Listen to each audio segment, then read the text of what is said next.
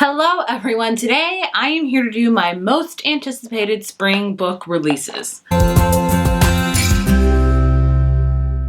So I try to do these videos quarterly, so I'm a little bit behind, so forgive me, but I do a whole year one in January where I look at all the books I'm interested in for the whole year, and then I kind of break it up seasonally. So I'll do a spring one, a summer one, and a fall one. I don't do winter a lot because I don't know. Here we are with the spring one, 2 or 3 weeks late because spring started in March and here we are in April. So forgive me, some of the books I'm going to talk about today have already been out. By the way, if maybe you didn't know about them, hopefully I'm bringing attention to them, but yeah. So the books I'm going to be talking about today, there's 20 something of them. They're books that I'm most interested in that are being released in March, April, and May, aka the spring season, at least here in the US. Does that mean I'll read all of them? No, they're just ones I'm most interested in and that are on my radar. So like I said, there's 20 something books, so let's get in right to it. The first book's already out. I've actually already read it, and that is Good Girl, Bad Blood by Holly Jackson. This is the sequel to her release that she had last year called A Good Girl's Guide to Murder. It's a YA, murder mystery type of book. I actually really enjoyed it. The second one I didn't love nearly as much as the first one, but they're still actually really good YA thrillers, which usually I'm really harsh on that genre. I don't know why, but nevertheless, it's out in case you're looking for a fun, kind of lighter mystery thriller that's in the YA genre. I checked that out. Another one that's already out, a lot of these are, all the ones in March already are, obviously. Once Upon a Quinceanera by Monica Gomez. This one came out on March 2nd. It's on my radar.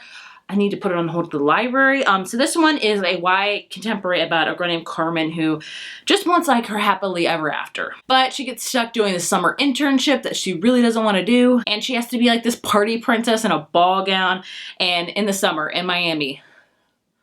I live in Virginia, and in the summer in Virginia, it's just straight up humid, all day, every day humid. You're sweating galore. I don't care.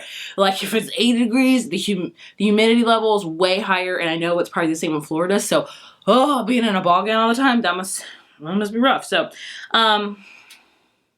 basically, her summer's just not going off to a good start, and then if she can manage dancing in the blistering heat, Carmen, and stopping her spoiled cousin from ruining her own quinceanera, Carmen might just get that happily ever after all. I love a good YA contemporary.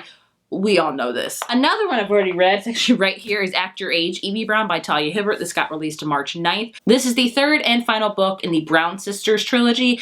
It's adult romance. Each one follows a different Brown sister. This one follows Eve, and it was just really cute. I still don't know which one's my favorite, but if you're just looking for a great adult romance series to binge and just read completely, I'd recommend all of them. And the last book I have in March is With You All the Way by Cynthia Hand. This one, I don't know much about. I really love Cynthia Hand's books. I've read a good majority of all her books. She writes she has fantasy books. She has kind of deeper YA contemporary books. This one I think it's a contemporary, but I don't know if it's more in depth or not. So it's about a girl named Ada who caught her boyfriend cheating. That's horrible. And she goes on a family vacation in Hawaii when she discovers her own mother's having an affair. Oh my gosh, this is definitely going to be intense. Apparently everyone is falling into bed with people they shouldn't. This could be either way. I don't know if it's going to be more serious, where they're going to be very serious about the subject as they should be, or if they're going to do a more lighthearted approach. I don't know, but either way, I do really like Cynthia Hand's books, so I do have faith in her. I hope it's good. I need to either borrow it from the library or buy it. April! First up, we have You Love Me by Carolyn Kepnes. This is the third book in the You series, which I'm sure you've heard about. It became a show on Netflix, all about Joe, the stalker who murders people. And I've read the first two books. You is definitely one of my favorite mystery thrillers ever. It's told from his perspective, the stalker's perspective, and it's creepy and just, ugh.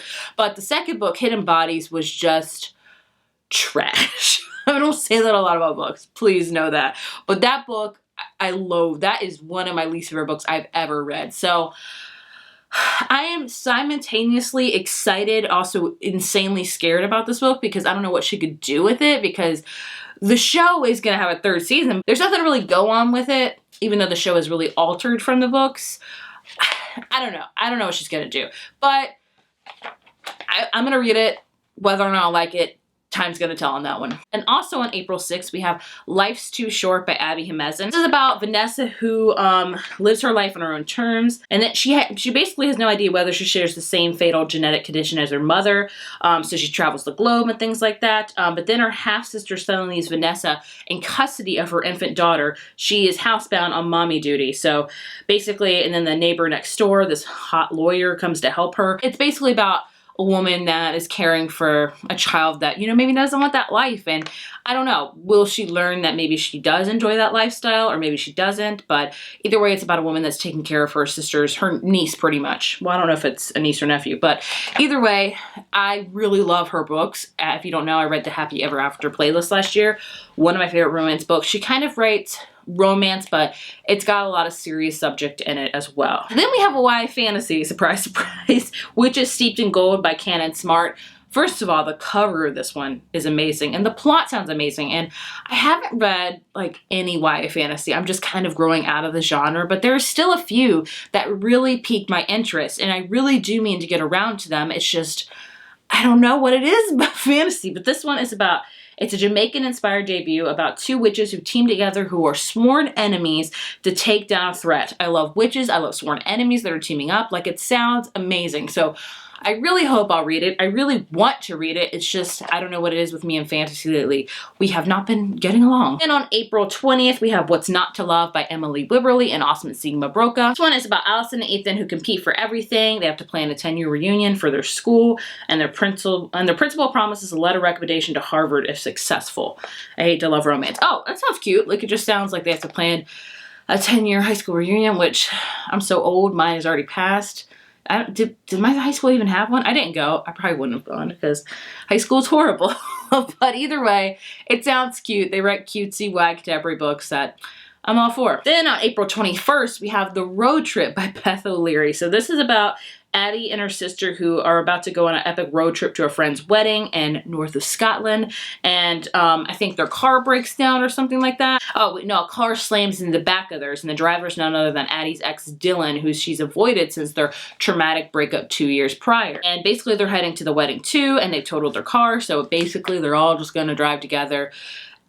We'll have to see. I really love The Flat Share by her, and I did not like her released last year, The Switch. It was just okay, so I don't know about this one. I'm excited for it, but I have my apprehensions about it. Then we have Anchored Hearts by Priscilla Olivares, which comes out April 27th. It's the sequel to Island Affair. It's like her Key of Love series. So this one's about Alejandro, who has been home to Key West in years. And basically, I think we follow another character named Anna Maria, who was shattered when Alejandro took off without her. So I think he went to travel the world and he just left without her, which is not cool. But after her father's heart attack, there was no way she could leave, not for the man she loved. So now that he's back, their family's trying to push them together, but they're like, have apprehensions about it because with good reason. But either way, I really enjoyed her first book, Island Affair. It was like Key West. It was like told in the Florida Keys. It was just romantic and cute, and I really enjoyed it. It's a great summer read. Moving into our last month is May. We have Sunkissed by Casey West, which comes out on May 4th. This is about a girl who finds that a summer spent at a family resort isn't as bad as she imagined, and that falling in love is filled with heartache, laughter, and surprises. At this point, I've read all of Casey West's books. She writes YA contemporary. She writes the quintessential summer books, in my opinion. There are some of hers that I really love, and there's some that are just okay, but I'll read them. Moving on, we have also on May 4th, A Good Day, Take Me Home Tonight by Morgan Matson. We haven't had a Morgan Matson book in a couple years, I want to say, maybe 2 or 3 years. But this one is a Ferris Bueller's Day Off meets Nick and Nora's Infinite Playlist, which are both movies I love. If you haven't seen Ferris Bueller, what are you doing? If you haven't seen Nick and Nora's Playlist, what are you doing? I tried to read Nick and Nora's book. Not like the book nearly as much as the movie, so I would recommend the movie. It's super cute. Kat Dennings, Michael Cera, it's just really cute. So this is, so basically it's all about Ferris Bueller meets Nick and Nora in this romp through the city that never sleeps. It's like a book about New York, I think, and about people that are gonna have fun. Either way, I really enjoy Morgan Matson books. There are some of hers, like Casey West, that I really love and some that I don't like. Her books tend to be a lot longer too, but I mean, I don't know. This is giving me like 80s because Ferris Bueller, but then Nick and Nora was like kind of was that like mid 2000s, I think, but either way, it sounds really good and I have high hopes for it. Then on May 25th, we have Malibu Rising by none other than Taylor Jenkins Reid, aka one of my favorite authors of all time. This one is about 4 famous siblings who throw an epic party to celebrate at the end of the summer, but over the course of 24 hours, they will change their lives forever. So this takes place in Malibu, August 1983. I'm more of a 90s person because I was born in 88. That's how old I am. You can do the math. But I love good 80s thing. And Taylor Jenkins Reid does historical fiction, which is just, I don't know. I think when you're my age in your 30s, when you think of like the 80s and 90s, you think it was 10, 20 years ago, when it's been much longer than that. You don't think of it as historical fiction. Like, I don't think of like any 80s, 90s books like being historical. That's just me. Anyway, I love Taylor Jenkins Reid's books. I'm very excited for this one. I haven't read many reviews on it, and I don't plan to because I want to go into it unbiased and everything like that, because there hasn't been a book of hers that I haven't loved, honestly.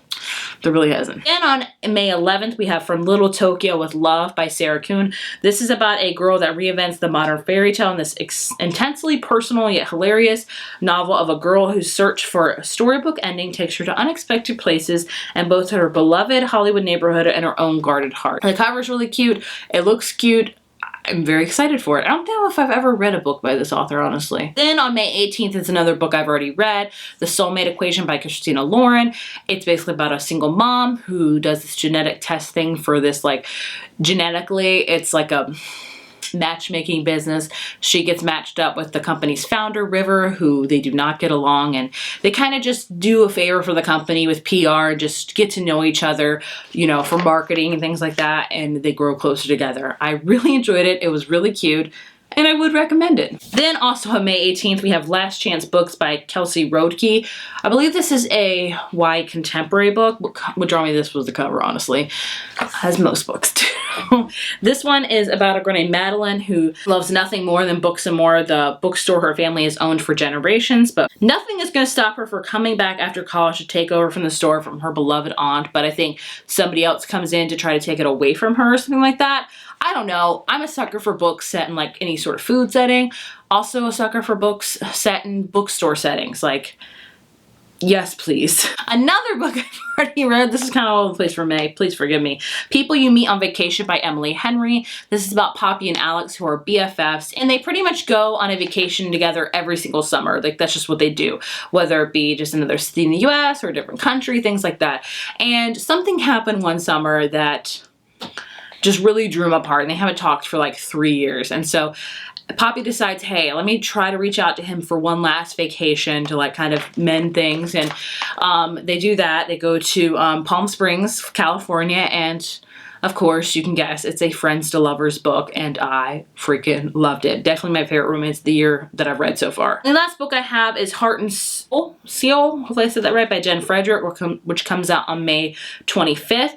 This one is a Korean adoptee. Hara doesn't need anyone telling her she looks different from her white parents. She knows every time she looks in the mirror, she's reminded that she doesn't look like anybody else in her family. At the age of 25, she thought she had come to terms with it all, but her father suddenly dies. An offhand comment at his funeral triggers an identity crisis that has her running to Seoul in search of her roots. So this one sounds like it's going to be really intense. It's about a character that's been adopted that doesn't really know her roots, and so her adoptive father dies, and it just basically sends her to Seoul to try to figure out who she is. So it sounds amazing, and I really think it's going to be awesome. There are all the books I'm interested in spring.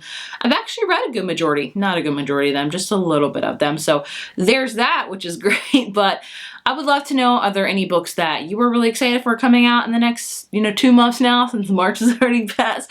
I would love to know. Please leave them down in the description, because I always miss some. Just know that. I'm always missing some book that somebody comments, they're like, oh, this is coming out. And I'm like, totally forgot. It went right over my head. But I would love to know. Thank you guys so much for watching, and happy spring. I am so happy winter is over. Bye, guys.